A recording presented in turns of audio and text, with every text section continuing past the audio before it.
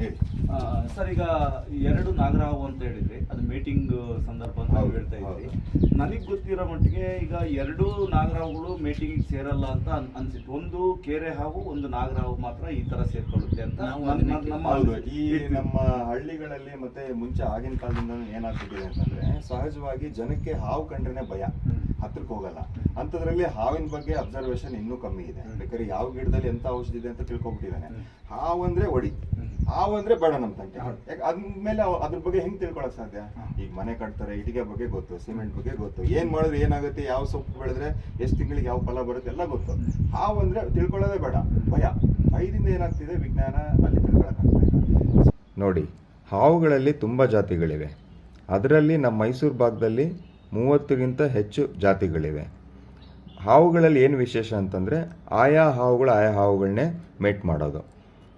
ಕೆರೆ ಹಾವನ್ನೇ ಮೇಟ್ ಮಾಡುತ್ತೆ, ನಾಗರಹಾವನ್ನೇ ಮೇಟ್ ಮಾಡುತ್ತೆ.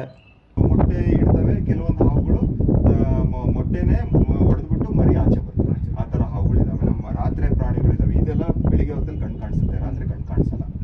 ರಾತ್ರಿ 6 ಗಂಟೆ ಆದ್ಮೇಲೆ ಕಣ್ಣು ಕಾಣಿಸಲ್ಲ ಇರುತ್ತೆ, ಬೆಳಿಗ್ಗೆ ಮಾತ್ರ ಕಣ್ಣು ಕಾಣಿಸ್ತದೆ. ಸೊ ಆ ಥರ. ಸೊ ಇದನ್ನ ಇಂಡಿಯನ್ ಸ್ಪೆಕ್ಟಕಲ್ ಕೋಬ್ರಾ ಅಂತೀವಿ, ಭಾರತೀಯ ಕನ್ನಡಿ ನಾಗರಹಾವು ಅಂತ ಇದ್ರ ಹೆಸರು. ಸೊ ಇದು ಬಂದ್ಬಿಟ್ಟು 12ರಿಂದ 30 ಮೊಟ್ಟೆ ಇಡುತ್ತೆ.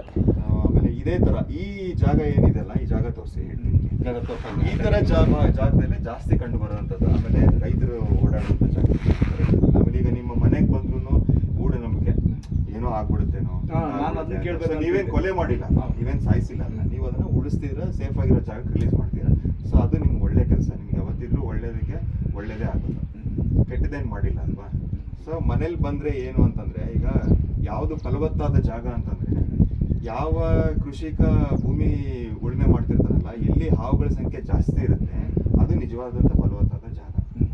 ಅಲ್ಲಿರೋದು ಹಾವನ್ನ ನೀವು ಬೇರೆ ಕಡೆ ಬಿಟ್ಬಿಟ್ಟಾಗ ನಿಮಗೆ ಇಲಿಗಳ ಸಂಖ್ಯೆ ಜಾಸ್ತಿ ಆಗುತ್ತೆ, ಇನ್ನು ಎಲ್ಲ ಹುಳ ಹುಪ್ಟಿ ಎಲ್ಲ ಜಾಸ್ತಿ ಆಗುತ್ತೆ. ಸೊ ಒಂದಕ್ಕೊಂದು ಚೈನ್ ಲಿಂಕ್ ಇರುತ್ತೆ, ಕಪ್ಪೆಗಳನ್ನ ಕಂಟ್ರೋಲ್ ಮಾಡುತ್ತೆ, ಇನ್ನು ಇದನ್ನ ತಿನ್ನಕ್ಕೆ ಇನ್ನೊಂದು ಪಕ್ಷಿ ಇರುತ್ತೆ. ಸೊ ಆ ಥರ ಪ್ರತಿಯೊಂದು ಜೀವ ಸಂಕುಲದಲ್ಲಿ ಚೈನ್ ಲಿಂಕ್ ಇದೆ, ಒಂದಕ್ಕೊಂದು ಇಕೋಸಿಸ್ಟಮ್ ಬ್ಯಾಲೆನ್ಸ್ ಮಾಡ್ಕೊಳ್ಳುತ್ತೆ. ನಾವೇನ್ ಮಾಡ್ಬಿಟ್ಟಿದ್ದೀವಿ, ಎಲ್ಲ ಕಡೆ ಕನ್ಸ್ಟ್ರಕ್ಷನ್ ಈಗ ನಾವು ಈಗ ಈ ಜಾಗದಲ್ಲಿ ಹಾಕ್ಬಿಟ್ಟು ನೀವು ಮನೆ ಕಟ್ತೀರಾ. ಸೊ ನೀವು ಈಗ ಒಳ್ಳೆ ಕೆಲಸ ಮಾಡ್ತೀರಾ, ಬೇರೆ ಹುಡುಗಿಂತ ಈಗ ನೀವು ಈ ಜಾಗನ ತಗೋ, ನೀವು ದುಡ್ದಿದ್ದೀರಾ ಸರಿ, ಅದು ನೀವು ಇದು ಎಫರ್ಟ್ ಹಾಕಿ ಮಾಡಿದ್ದೀರಾ. ಬಟ್ ಇದಕ್ಕೊಂದು ಜಾಗ ಬೇಕಲ್ಲ. ಈಗ ನೀವು ಇದಕ್ಕೋಸ್ಕರ ನೀವು ಮನೆ ಕಟ್ಟದೇ ಇರಕ್ಕಂತೂ ಆಗಲ್ಲ, ಅದಕ್ಕೂ ಮನೆ ಕಟ್ಟಿ ಬಂದಿದೆ. ಸೊ ಇದನ್ನ ರಕ್ಷಣೆ ಮಾಡಿ ಬಿಟ್ಟಾಗ ನೀವು ಸೇಫ್ ಆಗಿರ್ಬೋದು.